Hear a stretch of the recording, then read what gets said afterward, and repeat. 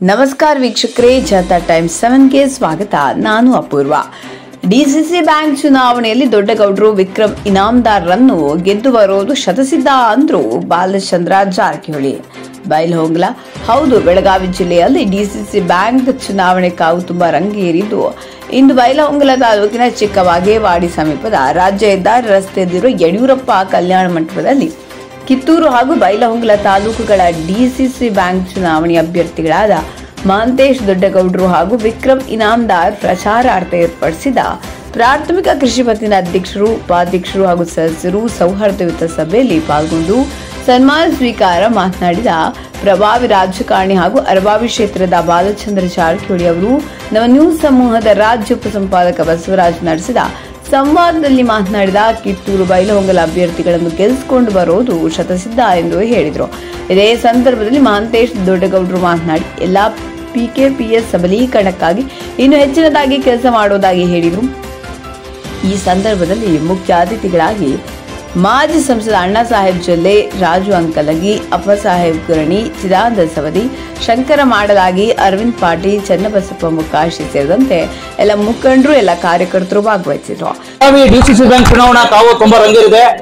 ವಿಶೇಷವಾಗಿ ಇವತ್ತು ಒಂದ್ ರೀತಿ ಕಿತ್ತೂರು ಮತ್ತೆ ಬೈಲಹೊಂಗಲ ಒಂದ್ ರೀತಿ ಡಿಸಿಸಿ ಬ್ಯಾಂಕ್ ಚುನಾವಣಾ ಅಭ್ಯರ್ಥಿಗಳ ಒಂದ್ ರೀತಿ ಪರವಾಗಿ ಚುನಾವಣಾ ಪ್ರಚಾರಕ್ಕೆ ಬಂದಿದ್ದಾರೆ. ಜಿಲ್ಲೆಯ ಒಂದ್ ರೀತಿ ಹಿರಿಯ ಮುಖಂಡರು ಮತ್ತು ಶಾಸಕರಾಗಿರುವಂತಹ ಬಾಲಚಂದ್ರ ಜಾರಕಿಹೊಳಿ ಸಾಹೇಬ್ರು ವಿಶೇಷವಾಗಿ ಯಾವ ರೀತಿ ಚುನಾವಣೆ ಬಗ್ಗೆ ಚರ್ಚೆ ಮಾಡೋಣ. ಸರ್ ನಮಸ್ತೆ. ಹೇಳಿ ಸರ್, ನಾಳೆಗೆ ಒಂದ್ ರೀತಿ ಚುನಾವಣಾ ಪ್ರಚಾರ ಮುಗಿತಾ ಇದೆ. ವಿಶೇಷವಾಗಿ ತಮ್ಮ ನೇತೃತ್ವದಲ್ಲಿ ಸಾಕಷ್ಟು ಒಂದ್ ರೀತಿ ಜೊಲ್ಲೆ ಸಾಹೇಬ್ರು ಮತ್ತೆ ಹಲವಾರು ಮುಖಂಡರ ನೇತೃತ್ವದಲ್ಲಿ ಅವಿರೋಧ ಆಯ್ಕೆ ಆಗಬೇಕು ಅಂತ ನಡೆದಿದೆ. ಯಾವ ರೀತಿ ನಡೆದಿದೆ ಸರ್? ಇಲ್ಲ, ಈಗ ನೋಡ್ರಿ, ನಾಳೆಗೆ ನಿಪ್ಪಾಣಿ ಆದ ನಂತರ ಎಲ್ಲ ನಮ್ಮ ತಾಲೂಕಿನ ಚುನಾವಣೆ ಪ್ರಚಾರ ಮುಗಿತೈತೆ. ಅದರ್ಸ್ ಒಂದ್ ಸೀಟ್ ಉಳಿತೈತಿ, ಅದನ್ನ ಅಮಲ್ ಮಾಡ್ತೇವೆ. ನಾ ಏನೆಲ್ಲ ಎಲ್ಲರೂ ಅಂದ್ರ ಎಲ್ಲಾ ಉಸ್ತುವಾರಿ ಸಚಿವರು ಕೋರೆ ಸಾವ್ಕಾರು, ಲಕ್ಷ್ಮಣ್ ಸವದಿ ಸಾವ್ಕಾರು, ಆಮೇಲೆ ರಮೇಶ್ ಜಾರಕಿಹೊಳಿ ಅವರು, ಅಣ್ಣಾ ಸಬ್ಜುಲ್ ಎಲ್ಲ ನೇತೃತ್ವದಲ್ಲಿ ಆದಷ್ಟು ಚುನಾವಣೆ ಆದ್ರೆ ಜಗಳ ಆಗೋದು ಬೇಡ, ಸಮಾಧಾನಲೆ ಶಾಂತ ಜಿಲ್ಲೆಯಲ್ಲಿ ಮತ್ತೆ ಇದೊಂದು ರಾಜಕೀಯ ಜಿದ್ದಾದಿದ್ದೆ ಆಗ್ಬಾರ್ದು. ಸಮಾಧಾನಲೆ ಎಲ್ಲಾನು ವಿಶ್ವಾಸವನ್ನು ಅವಿರೋಧ ಮಾಡಕ್ಕೆ ಪ್ರಯತ್ನ ಮಾಡ್ತೀವಿ. ಅನಿವಾರ್ಯ ಪರಿಸ್ಥಿತಿ ಬಂದ್ರೆ ಚುನಾವಣೆ ಮಾಡ್ಲೇಬೇಕಾಗ್ತದೆ. ಹಿಂಸೆ ಆಗ್ಬೋದು, ಚುನಾವಣೆ ಮಾಡ್ತಾರೆ. ನಿಮ್ ಪ್ರಕಾರ ಯಾವ್ದಾವ್ ಚುನಾವಣೆ ಆಗ್ಬೋದು ಸರ್? ವಿಶೇಷವಾಗಿ ಕ್ಲಿಷ್ಟಕರ ಪರಿಸ್ಥಿತಿ ಇಲ್ಲ, ಈಗ ನೋಡ್ರಿ, ಎಲ್ಲಾ ಕಡೆನೂ ನಿಲ್ಬೇಕಂತ ಆಕಾಂಕ್ಷೆಗಳು ಎಲ್ಲಾ ಕಡೆ ಇದಾರೆ. ಈಗ ಎಲ್ಲಾ ಕಡೆ ಯಾರ ಕಡೆ ಸೊಸೈಟಿ ಇದಾವೋ ಇಲ್ಲೋ ಗೊತ್ತಿಲ್ಲ, ಅದು ನಿಲ್ಬೇಕಂತ ಎಲ್ಲರಿಗೂ ಆಸೆ ಇರ್ತೈತೆ. ಸೊ ಎಲ್ಲಾ ಕ್ಷೇತ್ರದಲ್ಲೂ ನಿಲ್ಬೇಕಂತ ಆಸೆ ಐತಿ. ಯಾವಾಗ ನಾಮಿನೇಷನ್ ಸ್ಟಾರ್ಟ್ ಆಗ್ತದಲ್ಲ ಅವಾಗ ಕ್ಲಿಯರ್ ಪಿಕ್ಚರ್ ಬರ್ತೈತೆ.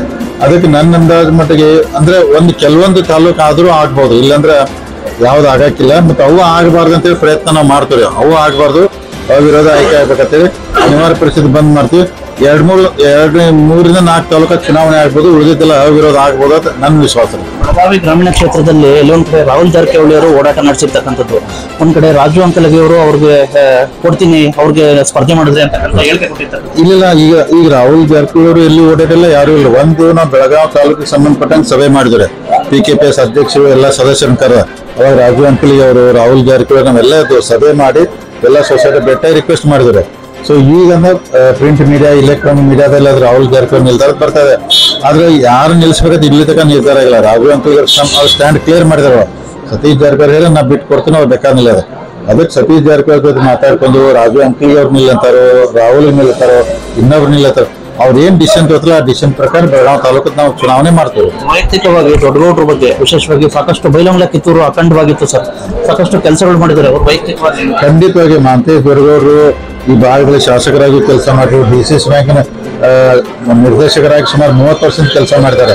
ಮಹಂತೇಶ್ ದೊಡ್ಡಗೌಡರು ಡಿಸಿಸಿ ಬ್ಯಾಂಕ್ ಬಗ್ಗೆ ಇಷ್ಟೊಂದು ಅನುಭವ ಇದೆ. ಅಂತವರು ಡಿಸಿಸಿ ಬ್ಯಾಂಕ್ ಡೈರೆಕ್ಟ್ ಆಗಿ ಬರೋದು ಭಾರಿ ಅವಶ್ಯಕತೆ ಇದೆ. ಅಂತವ್ರು ಬರಬೇಕು. ಬ್ಯಾಂಕ್ ಇನ್ನೂ ಉನ್ನತವಾದಂತ ಅಭಿವೃದ್ಧಿ ಕಾಣಬೇಕಾದ್ರೆ ಮಹಂತೇಶ್ ದೊಡ್ಡಗೌಡ ಅಂತ ಅಂದ್ರೆ ವಿಚಾರ ಹೊಂದಿದಂತವರು ಡಿಸಿಸಿ ಬ್ಯಾಂಕ್ ಡೈರೆಕ್ಟ್ ಆದ್ರೆ ಡಿಸಿಸಿ ಬ್ಯಾಂಕ್ ರೈತರಿಗೆ ಒಳ್ಳೇದಾಗ್ತೈತೆ ಅಂತ ನನ್ನ ಆಸೆ. ಕೊನೆಯ ಪ್ರಶ್ನೆ, ಕಿತ್ತೂರು ಪ್ರತ್ಯೇಕ ತಾಲೂಕಾಗಿದೆ ಸರ್. ವಿಶೇಷವಾಗಿ ಇಂಥ ಸಂದರ್ಭದಲ್ಲಿ ವಿಕ್ರಮ್ ಇನಾಮದಾರ್ ಅವರು ಪ್ರಥಮ ಬಾರಿಗೆ ಇದು ಮಾಡ್ತಾವ್ರೆ. ಏನ್ ಸರ್ ಈ ಸಂದರ್ಭದಲ್ಲಿ ಅವ್ರಿಗೆ ಏನೇ ಬಯಸ್ತೀರಾ? ಇಲ್ಲ, ಈಗ ನೋಡ್ರಿ, ಮೊದಲು ಒಂದು 3-4 ಜನ ನಿಲ್ಬೇಕಂತ ಆಸೆ ಐತಿ ಕಿತ್ತೂರಿಗೆ. ಅದ್ರೊಳಗೂ ನಾವೆಲ್ಲ ಹೇಗೆ ನೋಡೋಣ, ಯಾರ ಬಗ್ಗೆ ಹೆಚ್ಚಿನ ಒಲವಿದೆ ಅವ್ರು ನೋಡೋಣ ಅಂತ ಹೇಳಿ ಮಾಡಿದ್ವಿ. ಸೊ ಈಗ ಅವರು ವಿಕ್ರಮ್ ಧ್ವನಿ ಅವರು ನಾಳೆದ ಎಲ್ಲ ಕಡೆ ಅಡ್ಡಾಡ್ತಾರೆ ಸೊಸೈಟಿಗೆ. ಇನ್ನೂ ಬಹಳ ಜನ ಅಭಿಪ್ರಾಯ ತಗೋತಾರೋ, ವಿಶ್ವಾಸ ಗಳಿಸುವಂತ ಪ್ರಯತ್ನ ಮಾಡ್ತಾರೋ. ಅದಕ್ಕೆ ನೋಡ್ಕೊಂಡು ವಿಕ್ರಮ್ ಧ್ವನಿ ಅವರ ಆದ್ರೆ ಒಳ್ಳೇದನ್ನೋ ಭಾವನೆ ಕಿತ್ತೂರು ತಾಲೂಕಲ್ಲಿ ಇದ್ದಾರೆ. ಅದಕ್ಕೆ ಅವ್ರಾದ್ರೆ ಒಳ್ಳೇದನ್ನ ನಮ್ಮೆಲ್ಲ ಅಭಿಪ್ರಾಯ. ಇವತ್ತು ಒಟ್ಟರೆ ಗೊತ್ತೈತಲ್ಲ, ಮಾನ್ಯ ಗೌರವಾನ್ವಿತ ಶಾಸಕರು, ಹಿರಿಯ ರಾಜಕೀಯ ಮುಖಂಡರಾಗಿರ್ತಕ್ಕಂಥ ಬಾಲಚಂದ್ರ ಜಾರಕಿಹೊಳಿ ಸಾಹೇಬ್ರ ಅಭಿಪ್ರಾಯ ಬೈಲಹೊಂಗಲದಿಂದ ಈ ಬಾರಿ ತಾವು 30 ವರ್ಷ ಮಾಡಿದ್ರು ಅವಿರೋಧವಾಗಿ. ಈ ಬಾರಿ ಎಲ್ಲೋ ಒಂದ್ ಕಡೆ ವಿಶ್ವನಾಥ್ ಪಾಟೀಲ್ ಅವರು ಒಂದ್ ರೀತಿ ತಮ್ಮ ಒಂದು ಅಭ್ಯರ್ಥಿ ಆಗ್ತಾರೆ ಅಂತ ಹೇಳ್ಬಿಟ್ಟು ಒಂದ್ ಕಡೆ ಸುದ್ದಿ ಇದೆ ಸರ್. ನಿಮ್ ಜೊತೆನೆ ಒಡನಾಡಿಗಳು ನಮ್ಮ ಪಕ್ಷದ ಜೊತೆಗಿದ್ದವು ಮಾಜಿ ಶಾಸಕರು, ನಮ್ಮ ಸಂಬಂಧಿಕರು ಹೆಚ್ಚಿನ ಸಹಜ ಎಲ್ಲರಿಗೂ ಆಗಕ್ಕೂ ಇಚ್ಛೆ, ಪ್ರಜಾಪ್ರಭುತ್ವ ವ್ಯವಸ್ಥೆಗೆ ಎಲ್ಲರಿಗೂ ಆಗಕ್ಕೂ ಇಚ್ಛೆ ಇದೆ. ಅವು ಸಹಿತ ಪ್ರಯತ್ನ ಮಾಡ್ತೀವಿ. ನೀವು ಹೇಳಿದಂಗೆ ನನಗೂ ಅಲ್ಲಿ ಇಲ್ಲಿ ಕೆಲಸ ಸಿಗ್ತದೆ. ಭಾಳ ಜನ ಸಲಹೆಯನ್ನು ಕೊಟ್ಟಿರೋರಿಗೆ ಇಲ್ಲ ಮತ್ತು ಅಷ್ಟು ಕೊಡ್ಕೊಂಡು ಹೋಗುತ್ತೆ.